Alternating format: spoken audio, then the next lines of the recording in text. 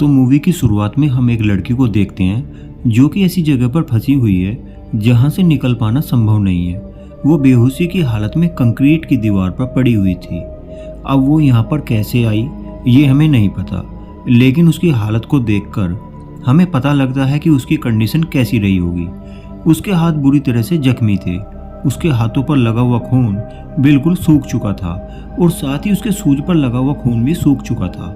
वहाँ पर ऊंची उठती समुद्र की लहरों को देखकर, उनकी भयानक आवाज़ों को सुनकर वहाँ का मंजर और भी डरावना महसूस होता है। लहरों की वजह से उस दीवार के कंक्रीट पर दरारें पड़ गई थी। लड़की को बेहोश हुए काफ़ी समय हो गया था। तभी वो पानी की भयानक आवाज़ों को सुनकर होश में आ जाती है। आंखें खोलने पर उसे चारों ओर कंक्रीट की दीवारें दिखाई देती हैं। उसे खुद भी नहीं पता था कि वो यहाँ पर कैसे आई। अब स्ट्रक्चर को देखकर हमें पता लगता है कि ये कोई डैम हो सकता है। इसके चारों ओर ऊंची दीवारें थी और नीचे की तरफ एक अंधकार भरी खाई थी। अब यहाँ पर लड़की की फिजिकल हालत भी बहुत ही ज़्यादा क्रिटिकल थी। उसका उल्टा पैर फोल्ड होकर पीछे की तरफ मुड़ा हुआ था और दूसरा पैर नीचे खाई में लटका हुआ था। वो चाहकर भी उसे सीधा नहीं कर पा रही थी। अब जैसे ही उसे वास्तविकता का पता चलता है, वो जोरों से चिल्लाने लगती है और घबराकर पीछे की ओर लेट जाती है। इस घबराहट की वजह से वो थोड़ा सा नीचे भी स्लिप हो गई थी।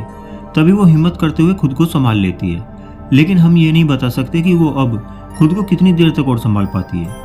वो सोचती है यदि उसे यहाँ से बचना है तो उसे हिम्मत से काम लेना होगा। उसे हर छोटी सी मूवमेंट को बड़े ही ध्यान में रखकर करना होगा, क्योंकि उसकी एक छोटी सी लापरवाही उसे तुरंत नीचे खाई में गिरा सकती है। उसे नहीं पता नीचे कितनी गहरी खाई है या नीचे क्या हो सकता है।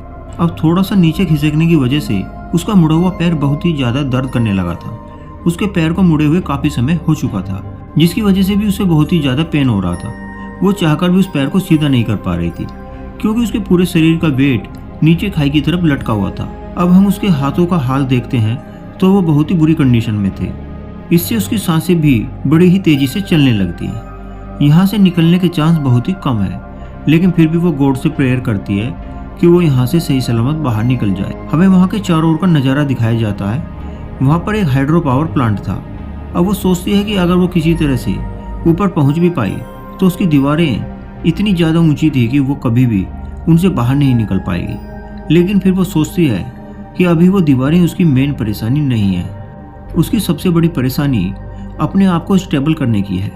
तभी वहाँ पर नीचे से बहुत ही डरावनी आवाज़ें आने लगती हैं। इससे वो अंदाज़ा लगाती है कि नीचे गिरना कितना भयानक हो सकता है। वो फिर से अपने आप को शांत करती है और ठंडे दिमाग से सोचती है कि ये आवाज़ें हो सकता है नीचे हवा की वजह से आ रही हो, और वो फिर से अपने आप को शांत करते हुए चिल्लाने लगती है। वो सोचती है कि अगर वो बिना कोशिश करे हुए ऐसे ही पड़े रहती है तो उसे मरने में थोड़ा समय लगेगा, लेकिन अगर उसने थोड़ी सी भी मूवमेंट की तो उसकी मौत निश्चित है। वो फिर से पॉजिटिव सोचती है। अपने राइट लेग पर थोड़ा सा जोर देकर मूव करने की हिम्मत करते हुए अपने राइट लेग्स को ऊपर की ओर फोल्ड करती है और थोड़ा सा फिर से नीचे खिसक जाती है। वो फिर लंबी लंबी सांसें लेने लगती है। इसके बाद वो खुद को संभालते हुए फिर से सोचती है कि उसे अपने पैरों को किसी भी प्रकार से मूवमेंट नहीं करानी है, बल्कि उसे जिस कंडीशन में भी वो है, इस स्थिति में ऊपर की ओर धीरे धीरे जाना होगा। लेकिन वो कंक्रीट की दीवारें उसे कुछ भी करने से पूरी तरह से रोके हुए थी। वो अपने हाथों की मदद से ऊपर खिसकने की कोशिश करती है, लेकिन उसके हाथों की बहुत ही बुरी हालत होती है और साथ ही वो बुरी तरह से जख्मी भी थे।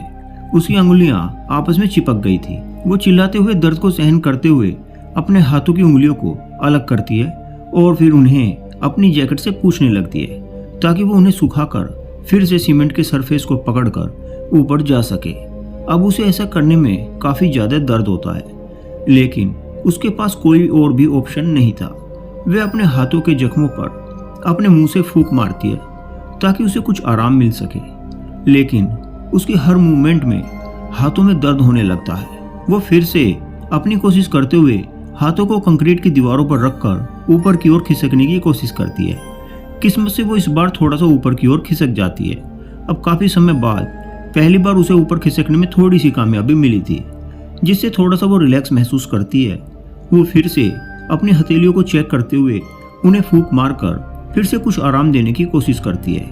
कंक्रीट के घर्षण से वो बुरी तरह से और भी ज़्यादा जख्मी हो गए थे।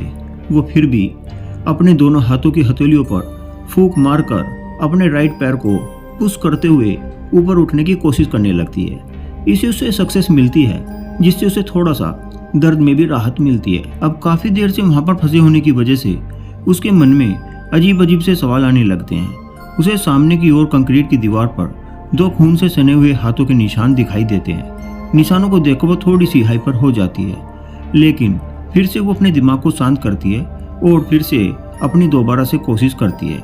लेकिन इस बार जल्दबाजी में कोशिश करने की वजह से वो फिर से नीचे की ओर खिसक जाती है। वो घबराहट में फिर से इमेजिन करती है कि सामने की ओर जो 2 हाथों के निशान बने हुए हैं वो और भी ज्यादा लंबे हो गए हैं। वो फिर से थोड़ा सा मूव करने की कोशिश करती है, तभी उसे फिर से नीचे से जोरदार आवाजें सुनाई देने लगती हैं।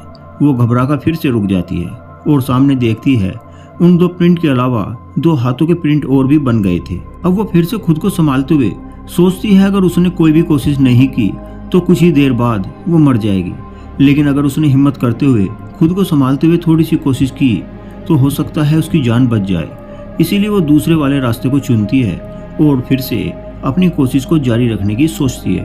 वो फिर से एक बार पुनः कोशिश करती है, लेकिन इस बार वो फिर से नीचे की ओर खिसक जाती है। उसने अब तक जो भी प्रोग्रेस की हुई थी वो सारी बेकार हो जाती है। वो बिल्कुल भी मरना नहीं चाहती थी।